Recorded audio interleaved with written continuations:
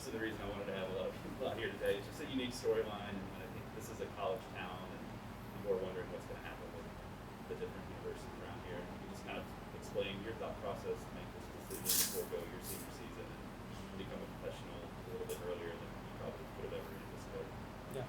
So I actually had 3 great years at Stanford, and I had a truly wonderful experience there. And the decision point came for me just with the uncertainty of what was going on with COVID and everything else surrounding it. I will be finishing my degree online, and I'll be done by December. And I was very, very excited for my senior season at Stanford, but with everything going on, I felt like this was the best decision for me to move forward and reach my dream and continue pushing forward to be a professional soccer player. So. Was that a tough decision to come?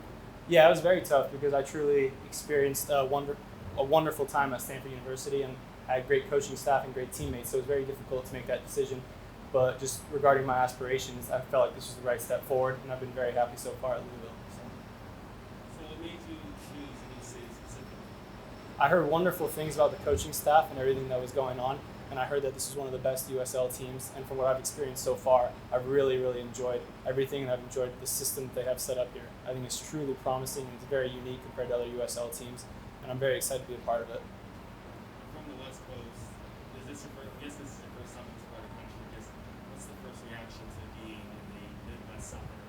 Yeah, so I was actually kind of curious about that when I was coming over myself. But when I got here, it was incredible. All the people around were so nice and so welcoming, and the area is beautiful, right? I've been spending a lot of time by the river, and I've really enjoyed that a lot. And I love the facilities here, and the people have been wonderful as well. So it's been a great experience in the first week. What are you hoping to get out of being here and playing for LouCity, other than obviously the game experience and coaching? Yeah, so I'm truly very, very excited and looking forward to being able to work under Hack, because I've heard wonderful things, and I know that he's a fantastic coach. And I'm just looking to develop myself and continue to grow as a footballer, and as I move forward in my life and in my career. I think this is the best place for me to go and start my career, so I'm really excited to see where this takes me. What are your first impressions of Hackworth and how he is as a coach, his style? Yeah, I mean, I've loved it so far. He's been fantastic in trainings, and I really love the intensity and the culture that he keeps here, along with the rest of the coaching staff. And along with them, the rest of the players have been extremely helpful and have been so competitive and intense in every session, and that's just something I love to be a part of, and just everybody's working as hard as they can, which is awesome.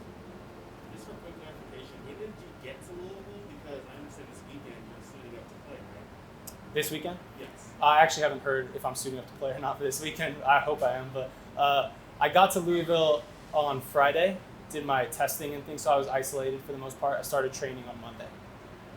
So whenever you were at the game, that's how you were thinking about the atmosphere? Yeah, I mean, Indy 11's obviously a great side, and it was a great performance, in my opinion, in terms of our ability to really stop them from creating much chances at all. I think the game was very played out in the midfield, and I think we did a good job of controlling it and making sure that we were on the front foot, keeping the ball moving forward. And obviously, Paolo's goal was fantastic, and it was just great to get a big win in an important time of the season. This idea to forego your senior season, is that something you came up with, or how were you advised on the process? Yeah, so it was actually this decision that I was figuring out and trying to think of. With the uncertainty of everything happening with COVID and when the college season would happen, I just thought that this was the best step forward in terms of starting my professional career and moving forward, as this has always been my dream since I was a kid to play professionally. And I had some really good talks with my college coach. I had some good talks with some other coaches. We all figured out and decided this would be a good decision moving forward, and that Louisville City FC in specific was what would make this such a good decision. It's not just any team, but it's such a good organization that everybody has set up here. You're a professional soccer player now. Just what's your reaction to this thinking? I've been really happy with just that idea, but to be honest with you, I haven't quite let myself just settle with it and be just forget about everything else. For me, I have aspirations already. Now that I'm here, I'm trying to play. I'm trying to make an impact as fast as I can. So yeah, I'm very excited to be a professional, but at the same time, I have a lot higher goals, and I'm very excited to keep moving forward and keep pushing for those goals. Would you have felt comfortable playing at Stanford if the Pac-12 had said, okay, let's have a full season with limitations and whatnot? Yeah, I think a lot of us really wanted to play. Obviously, it's a tough area in terms of California, and it was very, the COVID stuff was very tough over there. We had some good protocols. Obviously, the health and safety of the athletes was the most important, so I trusted in the decision that the staff and all the athletic department people were going to make. I personally would have felt comfortable, but it wasn't up to me, and I trust their opinion and the medical professional's opinion more in terms of safety. So the decision made sense in that way. Stanford is one of the universities that cut some programs in response to the revenue that they're losing this year. Not at that school, but at other ones. Men's soccer has been one of those programs cut. What is just your reaction as a collegiate player? To be honest, it's very difficult because I have quite a few friends on some of those teams that were cut, some good friends, and obviously I put myself in their shoes and I wonder what it'd be like for my sport to get cut. Obviously COVID's been putting a financial strain on everybody, but I think it's just very, very tough to get rid of some sports because I know, at least for me, like I've been working my whole life to play first in college and then try to play professionally after. So just have something like that taken away is very difficult for a lot of people, and I completely sympathize with all of them, and I'm trying to support them in every way that I can.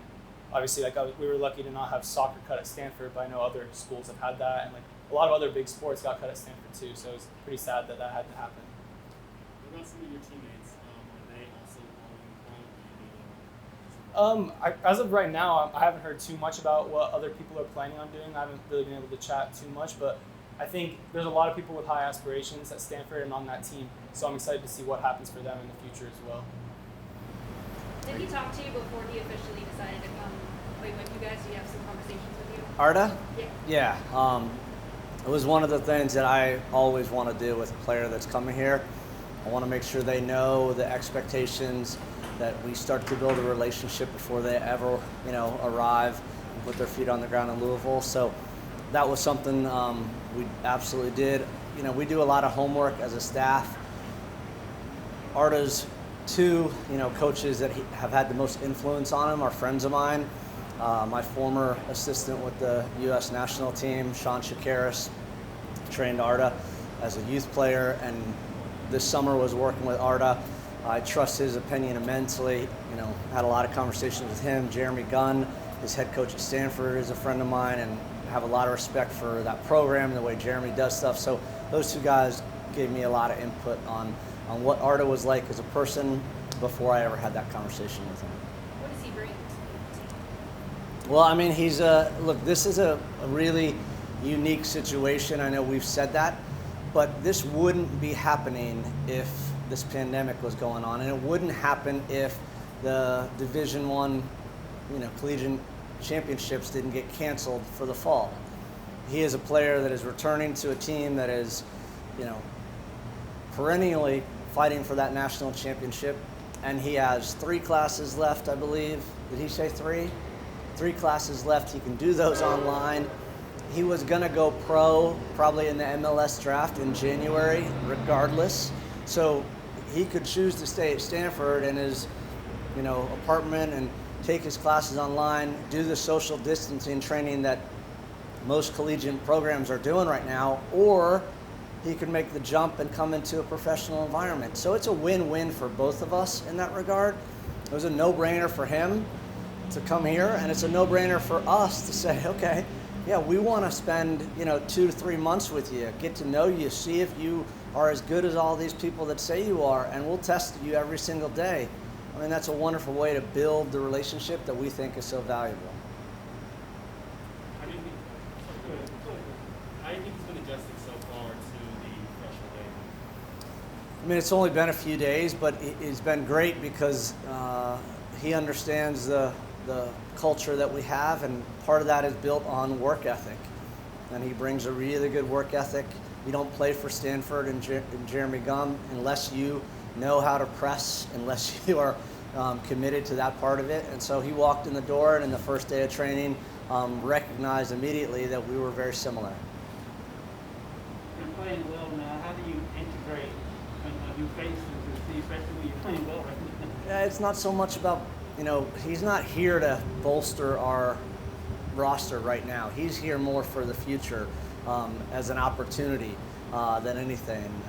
If he pushes his way into the lineup at some point, that's fantastic. That means he's gone through some excellent players, and we're deeper than we could ever explain.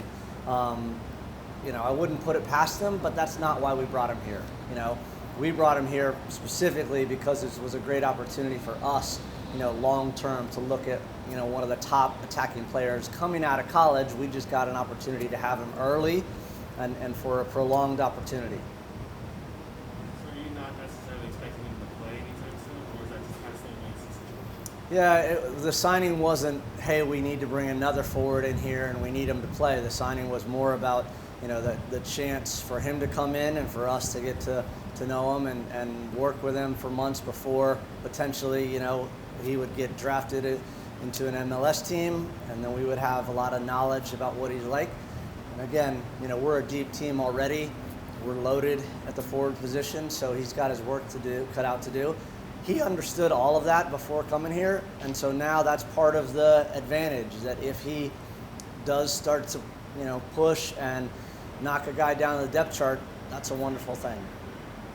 Given the circumstances, can you see that becoming a little bit more of a trend? Are you surprised that more of these players have decided to make that same decision? I definitely think this is going to be a trend that you're going to see. I mean, today, the last week, the number of college players that are calling and wanting two things. They want to come out and sign a contract, number one, and guys just wanting to come train. That is absolutely happening right now. So we might have a few more of those kind of opportunities, but I don't think we'll sign many more like this. This was a situation where we felt like we had to take advantage of the situation.